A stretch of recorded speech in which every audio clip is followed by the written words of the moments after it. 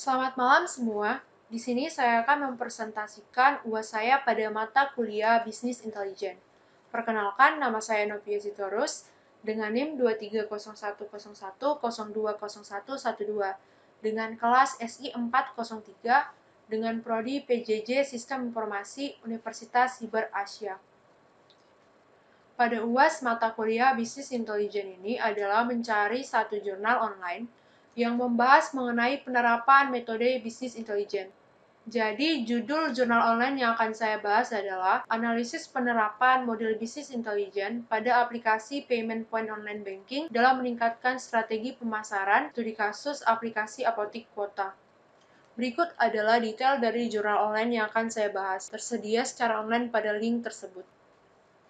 Yang pertama adalah latar belakang. Terdapat beberapa poin. Poin yang pertama, perkembangan bisnis era digital saat ini membuat stakeholder aplikasi apotik kuota menyadari besarnya tantangan dalam dunia bisnis. Poin yang kedua, saat ini data merupakan hal yang berharga, sehingga stakeholder apotik kuota fokus pada penanganan data yang baik. Data tersebut adalah data transaksi penjualan, pelanggan, serta data lainnya. Poin yang ketiga, selama ini penanganan pemasaran didasarkan pada intuisi stakeholder, tanpa melihat manfaat dari proses analisis data yang ada. Bisnis intelijen menjadi solusi bagi stakeholder untuk menganalisis dan menyediakan akses ke data guna membantu mengambil keputusan secara lebih baik. Poin yang keempat, sehingga dalam penelitian ini, peneliti merancang dan membangun model bisnis intelijen untuk mendukung strategi pemasaran pada bisnis payment point online bank. Selanjutnya adalah permasalahan umum dan khusus. Permasalahan secara umum memiliki beberapa poin, yaitu poin yang pertama, tantangan dalam dunia bisnis pada era digital saat ini, di mana persaingan yang semakin ketat memaksa pelaku bisnis untuk mencari cara inovatif dalam meningkatkan strategi. Poin yang kedua, pengelola data transaksi, yaitu pengelolaan data penting untuk mendukung pengambilan keputusan strategis. Poin yang ketiga, kebutuhan akan informasi yang cepat dan akurat, yaitu data transaksi yang dihasilkan perlu dianalisis secara real-time untuk memberikan wawasan yang dapat langsung digunakan dalam pengambilan keputusan pemasaran. Untuk permasalahan secara umum terdapat beberapa poin. Poin yang pertama, kurangnya implementasi teknologi BI di aplikasi PPOB, yaitu stakeholder belum memanfaatkan teknologi bisnis intelijen secara optimal dalam aplikasi PPOB mereka. Poin yang kedua, ketidakmampuan dalam mengintegrasikan data dari berbagai sumber, yaitu aplikasi PPOB mengumpulkan data dari berbagai sumber yang berbeda, sehingga perlu mengintegrasikan data agar menghasilkan informasi yang bermanfaat. Poin yang ketiga, kurangnya pemanfaatan OLDP dan OLAP, yaitu kurangnya pemanfaatan kedua teknologi ini dapat mengakibatkan perusahaan kehilangan peluang untuk meningkatkan efisiensi dan efektivitas operasional. Selanjutnya adalah tujuan penelitian. Terdapat beberapa poin. Poin yang pertama, meningkatkan strategi pemasaran, yaitu bertujuan untuk menganalisis bagaimana penerapan model bisnis intelligence atau BI dapat digunakan untuk meningkatkan strategi pemasaran melalui pemanfaatan data transaksi dari aplikasi Payment Point Online Banking atau PPOB. Poin yang kedua, pemanfaatan teknologi BI bertujuan untuk menunjukkan bagaimana teknologi BI, khususnya OLDP yaitu Online Transaction Processing dan OLAP yaitu Online Analytical Processing dapat digunakan untuk mengelola dan menganalisis data transaksi secara efektif dan efisien. Poin yang ketiga, pengambilan keputusan berbasis data, yaitu berupaya untuk menunjukkan bagaimana penerapan BI dapat mendukung pengambilan keputusan yang lebih cepat dan akurat dengan menggunakan data transaksi real-time. Selanjutnya adalah landasan metode-metode existing, yaitu penerapan metode BI atau Business Intelligence yang merupakan kumpulan strategi dan alat yang digunakan untuk menganalisa data bisnis dan memberikan informasi yang bermanfaat bagi pengambilan keputusan untuk meningkatkan efisiensi operasional. Terdapat beberapa poin ya. Poin yang pertama, perancangan data warehousing dengan metode integrasi data ETL untuk pengumpulan data dari berbagai sumber, transformasi data sesuai kebutuhan analisis, dan pemuatan data ke dalam data warehouse. Poin yang kedua, penggunaan metode OLDP (Online Transaction Processing) untuk pemrosesan data secara real-time, memastikan data yang akurat dan terkini untuk analisis lebih lanjut. Poin yang ketiga, penerapan OLAP (Online Analytical Processing) untuk analisis data multidimensi yang mendalam, memungkinkan mengidentifikasi pola dan tren yang relevan bagi strategi pemasaran. Dengan menggunakan metode-metode tersebut, diharapkan penerapan metode-metode BI dapat memberikan manfaat signifikan dalam meningkatkan strategi pemasaran dan efisiensi operasional pada aplikasi PPOB seperti Apotik Kuota. Penelitian ini juga menyoroti pentingnya teknologi BI dalam mendukung mengambil keputusan berbasis data yang lebih baik dan responsif terhadap dinamika pasar. Selanjutnya adalah keunggulan metode. Poin yang pertama, data warehousing dengan integrasi data ETL, extract, transform, load. Keunggulannya adalah kemampuan untuk mengintegrasikan data yang tersebar, sehingga menghasilkan dataset yang konsisten dan siap untuk dianalisis. Poin yang kedua adalah OLDP, Online Transaction Processing. Keunggulannya adalah kecepatan dan efisiensi dalam memproses transaksi, yang memungkinkan data selalu up-to-date dan konsisten. Poin yang ketiga, OLAP (Online Analytical Processing). Keunggulan OLAP adalah kemampuannya untuk memberikan analisis yang komprehensif dari berbagai perspektif, yang sangat membantu dalam membuat keputusan strategis. Selanjutnya adalah implementasi metode usulan dalam bentuk algoritma. Berikut adalah gambaran algoritmanya. Yang pertama, memulai, selanjutnya mendeskripsikan objek dan subjek, selanjutnya menentukan ruang lingkup penelitian, selanjutnya adalah mencari jenis dan sumber data. Terdapat dua data, yaitu data primer dan data sekunder ya. Di mana data primer terdiri dari data transaksi penjualan, data produk, operator, user, mutasi pembayaran. Data sekunder terdiri dari artikel, buku-buku, jurnal, tesis, dan literatur. Selanjutnya adalah ke teknik pengumpulan data. Terdiri dari tiga, yaitu wawancara, observasi, dan studi pustaka. Selanjutnya ke identifikasi analisis kebutuhan sistem. Selanjutnya menganalisis data, selanjutnya merancang data warehouse, selanjutnya ke pengolahan data. Terdiri dari dua, yang pertama membangun OLAP dan analisa data, yang kedua membangun dashboard reporting. Selanjutnya ke kesimpulan dan saran, selanjutnya selesai.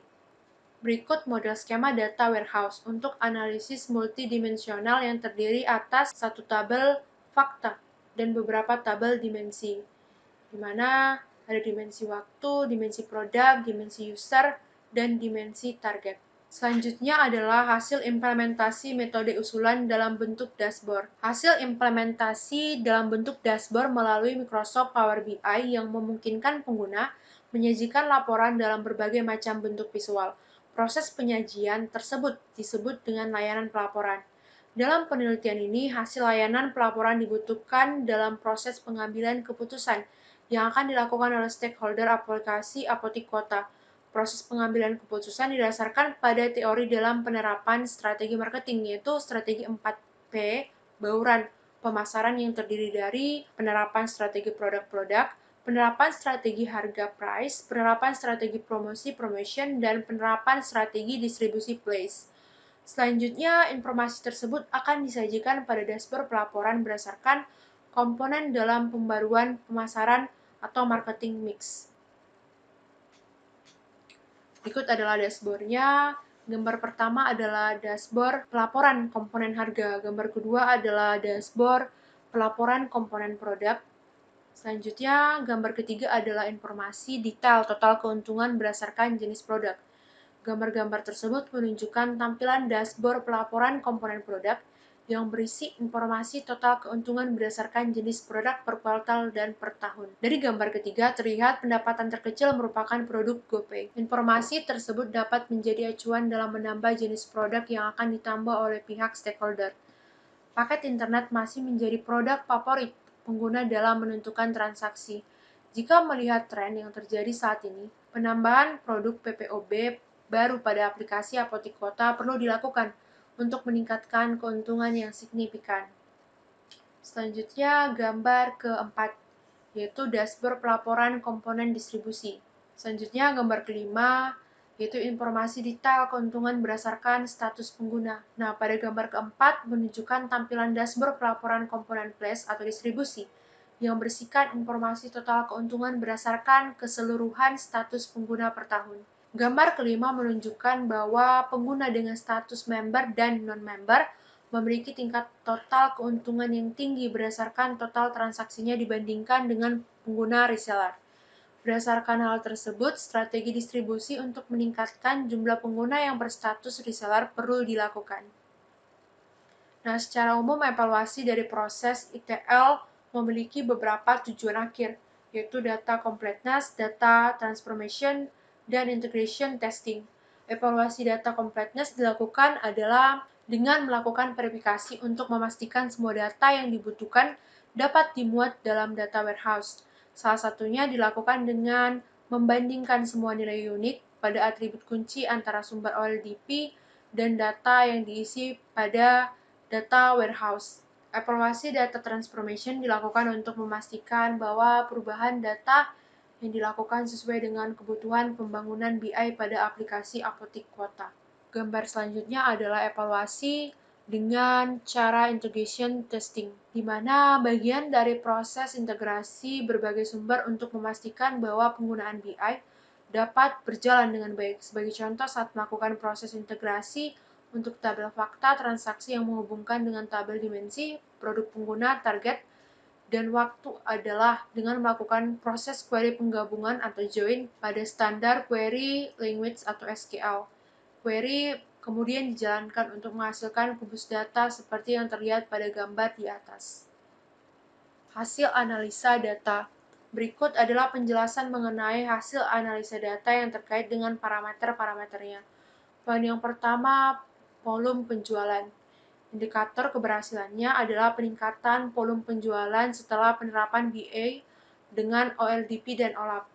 Hasil analisanya adalah data menunjukkan peningkatan volume penjualan setelah implementasi BI dalam mengelola dan menganalisis transaksi penjualan. Poin yang kedua, efisiensi operasional, yaitu indikator keberhasilan, penurunan waktu pemrosesan transaksi, dan peningkatan akurasi data. Hasil analisanya adalah OLTP memastikan transaksi diproses secara cepat dan OLAP menyediakan laporan dan analisis untuk mengidentifikasi dan memperbaiki kesalahan transaksi.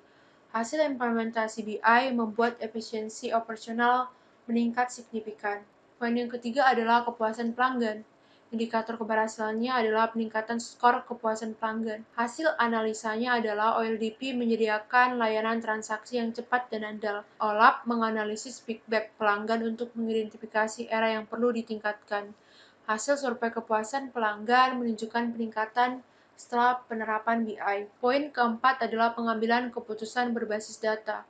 Indikator keberhasilannya adalah kecepatan dan kualitas pengambilan keputusan yang meningkat. Hasil analisanya adalah OLTP menyediakan data transaksi yang real-time. OLAP membantu dalam pengambilan keputusan strategis. Dengan adanya dashboard dan alat visualisasi data, manajemen dapat membuat keputusan yang lebih cepat dan berbasis data sehingga membantu mengidentifikasi peluang pasar. Poin yang kelima, efektivitas strategi pemasaran. Indikator keberhasilannya adalah peningkatan konversi penjualan dari kampanye pemasaran. Untuk hasil analisanya adalah analisis data pelanggan membantu dalam menyusun kampanye pemasaran yang lebih tepat sasaran. Data menunjukkan peningkatan tingkat konversi penjualan setelah implementasi BI. Selanjutnya adalah kesimpulan. Penggunaan data warehouse untuk menghasilkan sistem pelaporan yang lebih baik jika dibandingkan dengan pelaporan yang berbasis OLTP. Dalam pembangunan data warehouse, sumber data OLTP yang akan digunakan harus melalui proses pembelian berdasarkan kebutuhan bisnis. Dalam hal ini yang berkaitan dengan strategi pemasaran yang akan diterapkan pada aplikasi Apotik Kota. Secara keseluruhan, hasil analisis OLAP digunakan sebagai informasi dalam penerapan strategi baruan pemasaran berdasarkan 4 komponen utama, yaitu untuk menghasilkan informasi yang dibutuhkan sebagai acuan dalam pengambilan keputusan.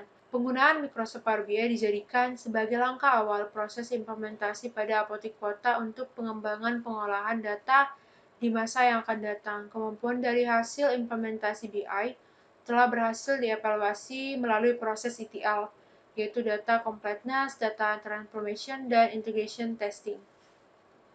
Selanjutnya adalah ide untuk mengembangkan metode usulan. Yang pertama, integrasi dengan machine learning untuk prediksi penjualan.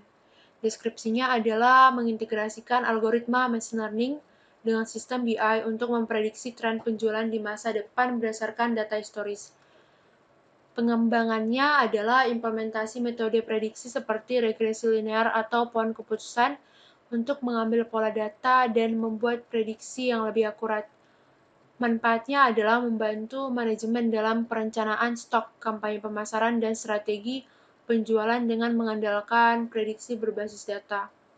Nah, langkahnya adalah mengumpulkan data historis penjualan, membersihkan dan mempersiapkan data, melatih model prediksi, dan mengintegrasikan hasil prediksi ke dalam dashboard BI. Yang kedua adalah efektivitas strategi pemasaran. Deskripsinya adalah menggabungkan data internal dengan data eksternal seperti tren industri, data kompetitor, dan data ekonomi untuk analisis yang lebih menyeluruh. Untuk pengembangannya adalah integrasi dengan sumber data eksternal menggunakan API atau platform data terbuka. Manfaatnya adalah memberikan konteks yang lebih luas untuk analisis dan membantu dalam pengembangan strategi yang lebih efektif dan kompetitif. Nah, untuk langkahnya adalah mengidentifikasi sumber data eksternal yang relevan, mengintegrasikan dengan sistem BI, dan gunakan untuk analisis pasar. Demikianlah presentasi UAS saya pada mata kuliah Bisnis Intelijen. Apabila ada kesalahan, saya mohon maaf. Atas perhatiannya, saya ucapkan terima kasih.